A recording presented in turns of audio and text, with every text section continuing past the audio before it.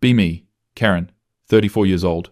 Spent the last decade of my life doing what I thought was right. Community organizer, local activist, running workshops about consent and workplace equality. Helped draft new HR policies for 3 major local employers. Testified before the city council about updating sexual harassment ordinances. Ran support groups for women dealing with workplace issues. Always believed I was on the right side of history. Tonight I'm preparing materials for tomorrow's workshop when my phone rings. It's Daniel, my younger brother. I haven't heard from him in 6 months, which isn't that unusual anymore. We used to be close when we were kids. Hey Daniel, what's up? Long silence on the other end. We need to talk, Karen. I'm coming over. Something in his voice makes my stomach drop. He's never sounded like this before. 30 minutes later, he's at my door. He looks terrible, like he hasn't slept in days. His eyes are red, hands shaking slightly. I offer him coffee, but he just stands in my living room. I got fired today, he says. I start to express sympathy, but he holds up his hand. Let me finish. I got fired because a woman on my team said I made her uncomfortable. I open my mouth to say something about believing women, but he cuts me off. I know what you're going to say. I've heard you say it 100 times. But Karen, I didn't do anything. I asked her if she wanted to grab lunch with the team. That's it, lunch, with 4 other people. He's pacing now, getting more agitated. HR didn't even interview anyone else. They didn't ask the other people who were there. They just called me in and said they were letting me go, effective immediately, to maintain a safe workplace environment. I try to tell him he should fight it, get a lawyer. With what money, Karen? And what lawyer wants to take a case defending a man against harassment claims? Do you know what that does to their reputation? He sits down heavily on my couch. I'm 32 years old. This is my 3rd job in 4 years. Want to know why I left the other 2? I don't answer. First one, I got passed over for a promotion. They told me privately they needed to hit diversity targets. The woman they promoted had 2 years less experience than me. I'm not saying she wasn't qualified, but neither was I not qualified. You know? He runs his hands through his hair. Second job, I was part of a team restructure. 3 people got let go. All men. All between 28 and 35. All single. The women on the team, same performance levels, they all stayed. I saw the metrics, Karen. We were performing the same. I start to say that maybe he's seeing patterns that aren't there. Don't, he snaps. And I've never heard him sound angry at me before. Don't you dare tell me I'm imagining this. You want to know what my life is like now? I don't speak to women at work unless absolutely necessary. I keep my office door open at all times. I declined mentoring a young woman on the team because I'm terrified of being alone with her. I don't go to happy hours anymore because what if someone drinks too much and misremembers a conversation we had? He's standing again, voice rising. I can't even date, Karen. Do you understand that? I went on 3 dates last year. 3. You know why only 3? Because I'm terrified. What if I read a signal wrong? What if I go in for a kiss and she wasn't ready? What if we have a nice time and then she decides 3 months later that actually she felt pressured? Daniel, that's not... Yes, it is, he shouts. I've never seen my brother yell before. You know Alex? My roommate from college? I nod, remembering the friendly guy who came to family dinners. He got accused of assault 2 years ago. A woman he dated for 3 months said he assaulted her. They investigated, and by investigated, I mean they held a hearing where he wasn't allowed to have a lawyer and couldn't directly question his accuser. He got expelled 3 months before graduation. Well, if he was found guilty. He wasn't guilty, Karen. The police investigated separately and declined to prosecute, said there was no evidence anything non-consensual happened. But the school didn't care. The standard was preponderance of evidence, which apparently meant her word against his, and her word won. Daniel pulls out his phone, shows me a photo. It's Alex, but he looks 20 years older than he should. Last I heard, he'd moved back home with his parents, couldn't find work with an expulsion on his record, couldn't go back to school, lost all his friends. His family barely speaks to him. Even his own parents weren't sure whether to believe him. He's completely isolated now. I feel cold all over. Daniel, that's tragic, but one case doesn't. It's not one case, he's shouting again. You really don't see it, do you? You're so wrapped up in your activism and your workshops and your policies. Do you know what those policies you helped write did? The ones about believing women and centering women's experiences. I'm silent. They removed due process. They made it so an accusation is as good as a conviction. They made it so men are guilty until proven innocent. And even then, the suspicion never really goes away. He moves toward the door. I used to be proud of you. I used to tell people my sister was out there making the world better. But you're not, Karen. You're making it a nightmare for people like me. For people who never hurt anyone. He opens the door, pauses. I'm probably going to have to move back in with Mum and Dad, at 32, because I can't find work. And before you suggest it, yes, I've applied to over 200 jobs. The background checks always mention the termination. Always. He leaves. I sit in silence for an hour. Tell myself he's just angry, emotional, not seeing clearly, but his words keep echoing. The next day I go to my workshop. I'm distracted. Keep thinking about Daniel. After it ends, Robert approaches me. Robert, who I've known for 15 years. We met in college, stayed friends after. He's been quieter lately, less responsive to my invitations to hang out. Karen, you got a minute? We go to a coffee shop nearby, he orders. We sit down. He's looking at me with this expression I can't quite read. I need to tell you something I should have said years ago. My stomach is already knotting. I'm lonely. I'm desperately, crushingly lonely. And people like you, your movement, you're a big part of why. Not him too. I'm 36 years old. I haven't been in a relationship in 7 years. Haven't been on a date in 2. I barely leave my apartment except for work. Robert, that's not because of... Yes, it is, he says firmly. Let me explain something to you. When I was 25, I was normal. I talked to women, asked them out sometimes, got rejected sometimes, that's fine. Had a few relationships, nothing special, but normal, you know? He sips his coffee. Then things started changing. Suddenly, every approach was potentially harassment. Every compliment was potentially creepy. I read articles ones you shared, actually about how women are tired of being approached at the gym, at the coffee shop, at the bookstore, through friends, at parties, basically everywhere. We just want the aggressive stuff to stop. Where's the line, Karen? He interrupts. No, seriously. Explain to me where the line is. Because I've read hundreds of think pieces and I still don't know. Talking to a woman at a bar? Could be fine. Could be harassment depending on her mood, how attractive she finds me, whether Mercury is in retrograde, who knows. He's getting more animated. So, I stopped. I just stopped. I stopped trying to meet people. It seemed safer. But you know what happens when you stop trying to connect with people? I shake my head. You get good at being alone. Too good. Now I don't even know how I would start. I'm so out of practice with basic human interaction that I have genuine anxiety about talking to anyone, not just women. Men too. He pulls out his phone, shows me his screen. It's a therapy app. I've been in therapy for 4 years. Depression, anxiety, loneliness. My therapist is nice, but she doesn't really get it. She keeps saying I should try dating apps. Do you know what dating apps are like for average men? I've heard they can be tough. Tough? Karen, I spent 6 months on 3 different apps. I sent thoughtful messages to maybe 200 women. Messages about things in their profiles, asking questions, being respectful. Want to know how many responses I got?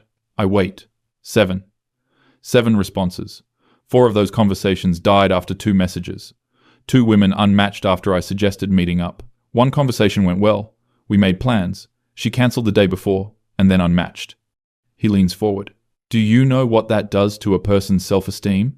Sending 200 messages and getting basically nothing back?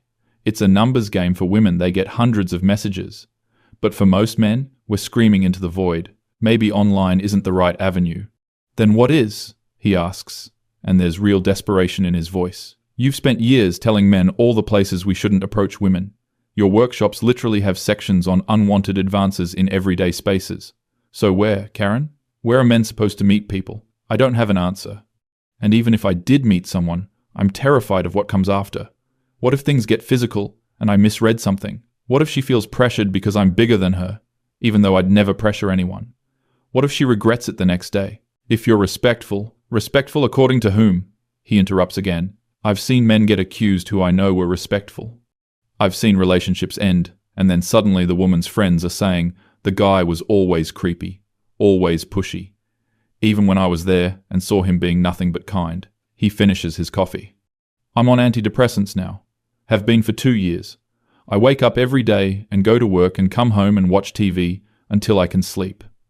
That's my life. I'm wasting my life being afraid. Robert, I never wanted. I know you didn't want this, he says. But there's anger underneath. You wanted safety for women. I get that. But did you ever stop to think about the cost? About what it would do to the millions of men who never hurt anyone? We had to prioritize women's safety over men's entire lives, he finishes. That was the trade? Because I'm telling you, as someone living it, as someone who knows dozens of guys going through the same thing, we're suffering. We're lonely. We're depressed. We're checking out of society. He stands up. You want to know the worst part? I can't even talk about this.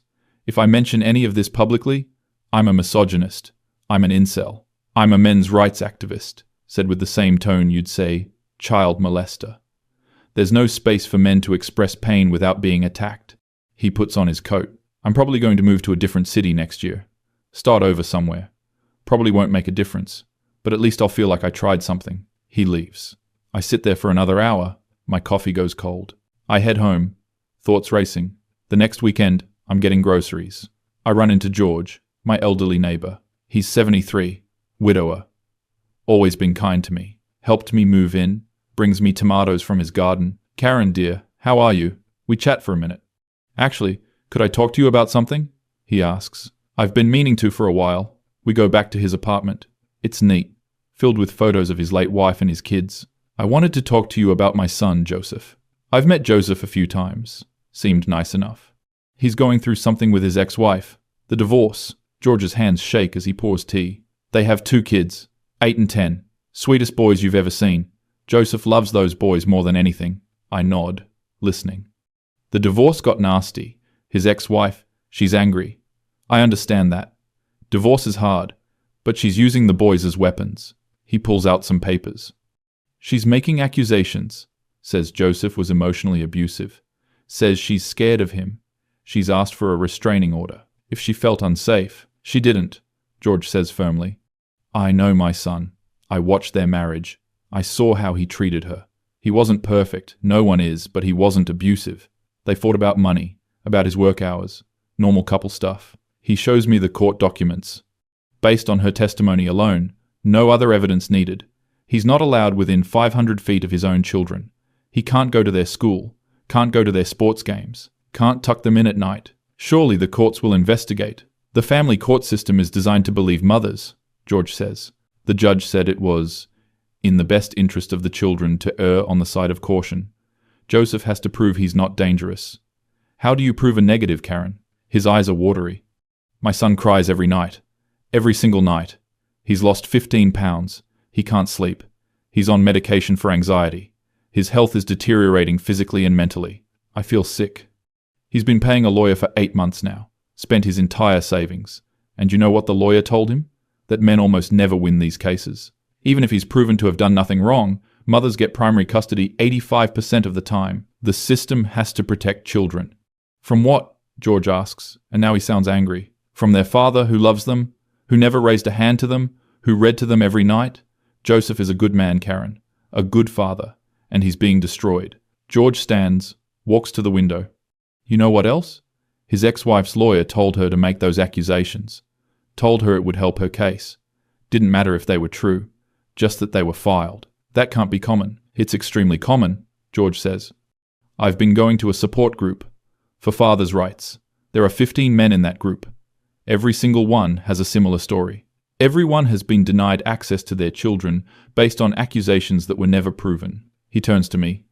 One man in the group, his ex-wife admitted years later that she made it all up. Admitted it in writing. He took it to court. Want to know what happened? I shake my head. Nothing. The judge said too much time had passed. It would be disruptive to change custody now. So he still only gets every other weekend. For a crime everyone now knows he didn't commit. George sits back down heavily. My grandson's birthday was last month. 10 years old. Joseph wasn't allowed to be there. He sent a present, but his ex-wife sent it back. Said it wasn't an approved contact method.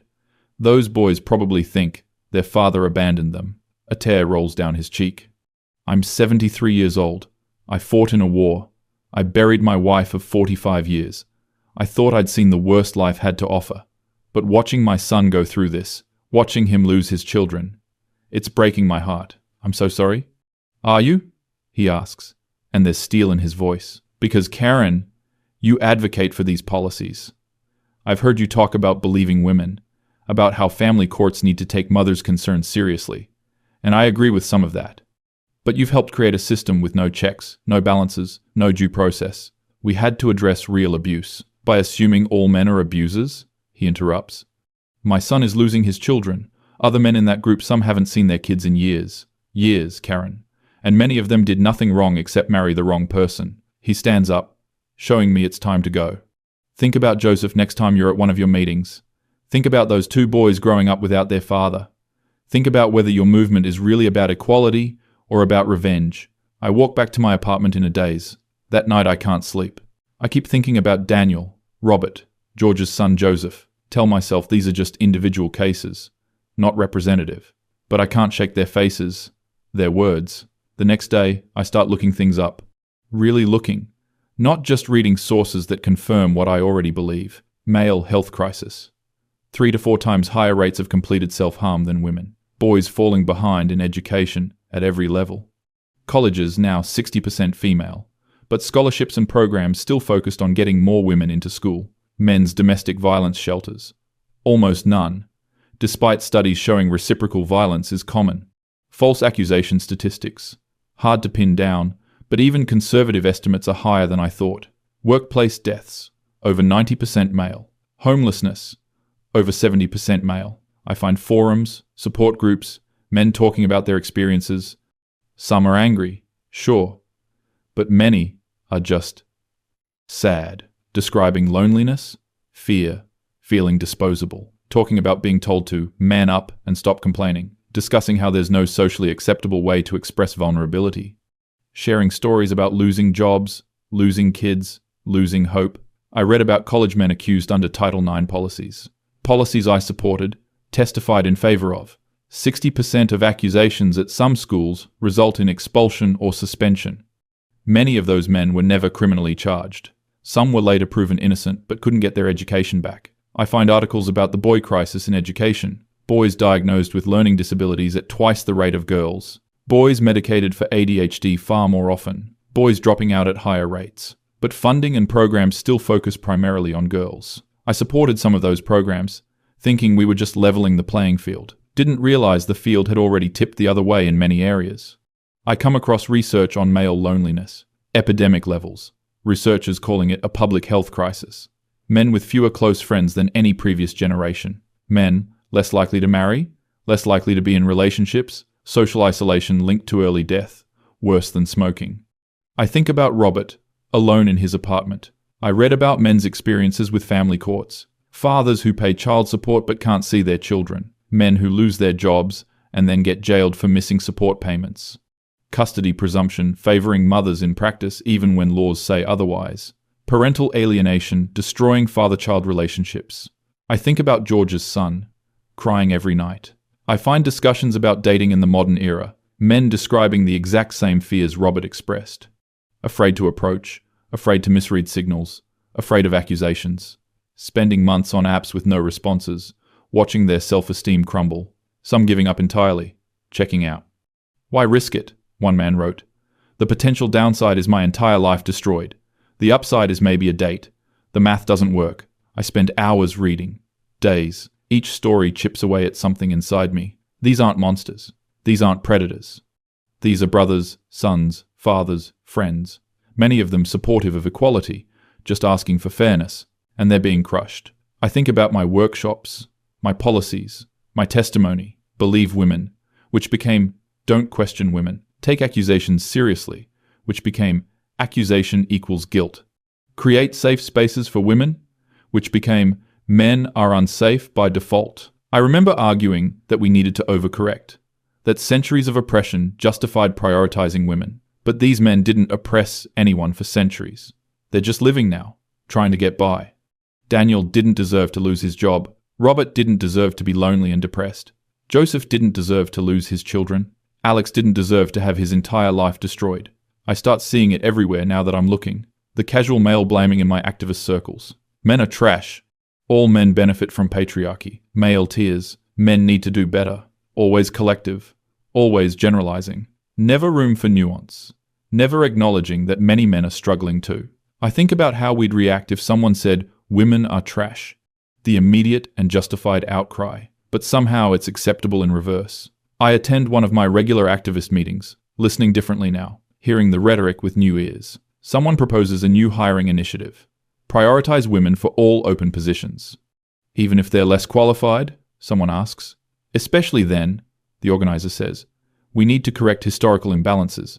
I think about Daniel being passed over for promotion. Someone else discusses a workshop on teaching men not to rape. All men? I ask. Well, we don't know which ones will, she responds. I think about Robert, afraid to talk to anyone. Someone celebrates a man losing his job over harassment allegations. Was he found guilty? I ask. Does it matter? She felt unsafe. I think about my brother's hands, shaking. I can't participate. Can't nod along anymore. I leave early. People text asking if I'm okay. I don't respond. The next week, I call Daniel. I'm sorry, I say. Silence on the other end. I've been thinking about what you said. I've been reading, researching. I think I didn't see what I was doing. Karen. No, let me finish. You were right. About the policies, about the lack of due process, about men being treated as guilty by default. I was so focused on protecting women that I didn't consider the cost. More silence. I helped create systems that hurt you, that hurt people like you. Good people who never did anything wrong. I'm crying now. Alex's life was destroyed because of policies I supported. You can't find work because of standards I advocated for.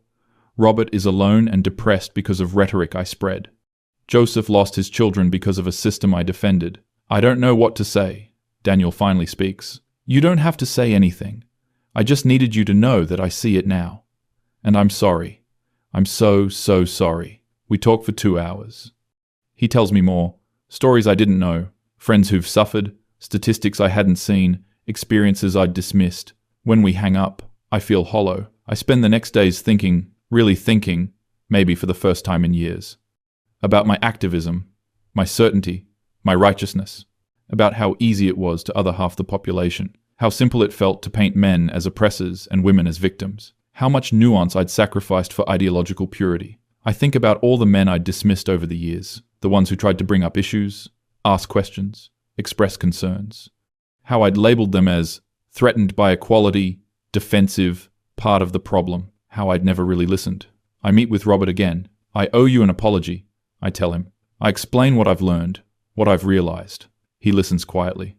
I appreciate that, he says when I finish. But Karen, the damage is done. I'm 36. These were supposed to be my best years. I spent them alone, depressed, medicated. I can't get that time back. I know.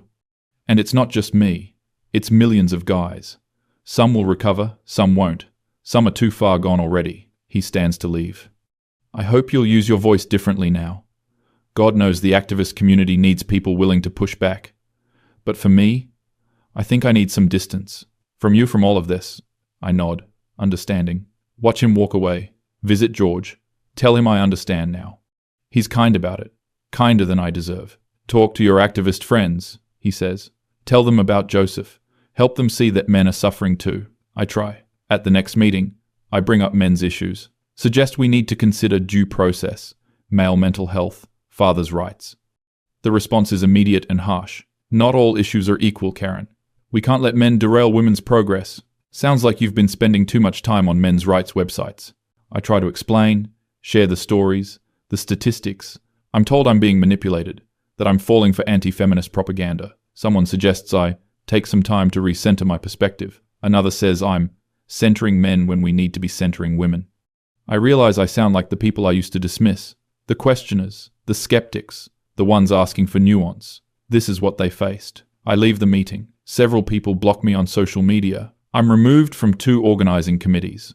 My inbox fills with messages calling me a traitor, a handmaiden, a disappointment. None of them engage with the actual points. None of them want to discuss the possibility that we'd gone too far. I sit in my apartment, alone, think about Daniel, Robert, Joseph, Alex. Think about the thousands, maybe millions of others. Men who lost jobs, lost children, lost hope. Men who gave up on life because they couldn't handle the isolation. Men who never hurt anyone, but were treated as threats. Boys falling behind in school with no support. Fathers kept from their children. Lonely men, afraid to reach out. I think about my decade of activism. All the workshops, policies, testimonies, organizing, believing I was making the world better, believing I was on the right side of history. I say it out loud. To my empty apartment. We destroyed them. The words hang in the air. We destroyed them. Good men. Innocent men. We didn't mean to, but we did. I think about overcorrection, about pendulums swinging too far, about how righteous certainty can blind you to the damage you're causing, about how easy it is to dehumanize people when you view them as a category rather than individuals. We destroyed them, I say again, and this time I'm sobbing because it's true, because I helped, because I can't take it back, because even now, even acknowledging it, I don't know how to fix it. My phone buzzes. Another message from the activist group. We're disappointed in you, Karen. We thought you were committed to the cause. I delete it. Delete the whole thread. Sit in silence, thinking about what comes next. Whether there's a way forward that doesn't require destroying anyone. Whether equality can mean protecting everyone, not just one group at others' expense. Whether I can do anything to repair even a fraction of the damage. I don't have answers. Just the hollow knowledge that I'd been so sure I was right. And the devastating realization of how wrong I'd been. Outside my window, the city continues on, full of people just trying to live their lives, including the men we'd forgotten about. The ones we'd sacrificed in the name of progress. The ones whose pain we'd dismissed as acceptable collateral damage. We destroyed them, I whisper one more time, knowing that admitting it is just the beginning. Knowing that the real question is what I do now. Knowing that whatever I do, it won't be enough. It will never be enough. But maybe it's a start.